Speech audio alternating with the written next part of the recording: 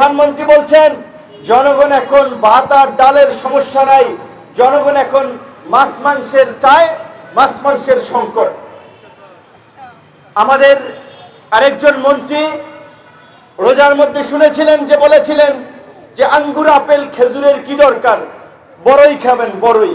তারা ঠিকই আঙ্গুর আপেল খেজুর খাবেন, জনগণকে বড়ই খাওয়ার সবক দেন। এই হচ্ছে এই মাফিয়া এবং এমপি মন্ত্রীদের কথা। আজকে একটা গুরুত্বপূর্ণ টপিকস আমাদের নেতৃবৃন্দ পিক করেছে যে ব্যাংকিং খাতের লুটপাট। দেখেন, সাধারণ জনগণ, রিক্সাওয়ালা, কৃষক, শ্রমিক, আম জনতা হয়তো টের পাচ্ছেন না ব্যাংকিং খাতের লুটপাটের ফলে আপনি কিভাবে ক্ষতিগ্রস্ত হচ্ছেন। ব্যাংকিং খাত থেকে যে হাজার হাজার কোটি টাকা লুটপাট করা হচ্ছে, প্রত্যেকটি লুটের সাথে সরকারি দলের এমপি মন্ত্রীরা জড়িত, সরকারের সুবিধাভোগী আমলা কামলারা জড়িত। আজকে ব্যাংকের ছাতার মতো ব্যাংকের অনুমোদন দিয়েছে, সমস্ত অনুমোদন গুলো দিয়েছিল রাজনৈতিক বিবেচনায়।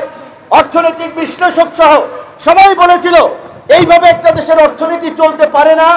ব্যাংকের ছাতার মতো আপনার ব্যাংকের অনুমোদন দেওয়া হচ্ছে। একই পরিবারের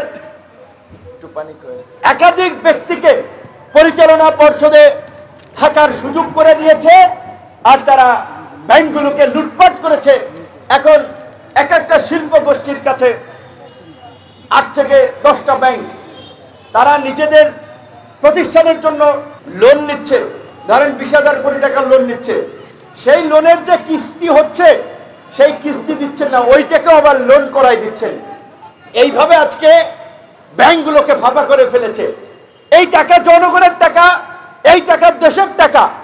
আরো সবচেয়ে ভয়ঙ্কর বিষয় হচ্ছে এই চোরেরা, এই লুটেরারা এই যে ব্যাংক থেকে টাকা তুলে নিচ্ছে, টিন শেড দেখাইছে যে এগুলো গার্মেন্টস, খাল বিলের জমি দেখাইছে এগুলা মাছের প্রজেক্ট, ফিশারিজ, এগ্রিকালচার। এইভাবে দেখাইয়া হাজার হাজার কোটি টাকা লোন নিয়ে সমস্ত টাকা বাইরে পাচার করে দিয়েছে। টাকা দেশে নাই।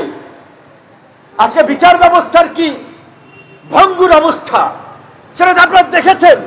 $1 বিলিয়ন, 1000 এখন প্রায় 1100 কোটি টাকার মতো হবে, 1100 কোটি টাকা পাচার হয়ে গেছে।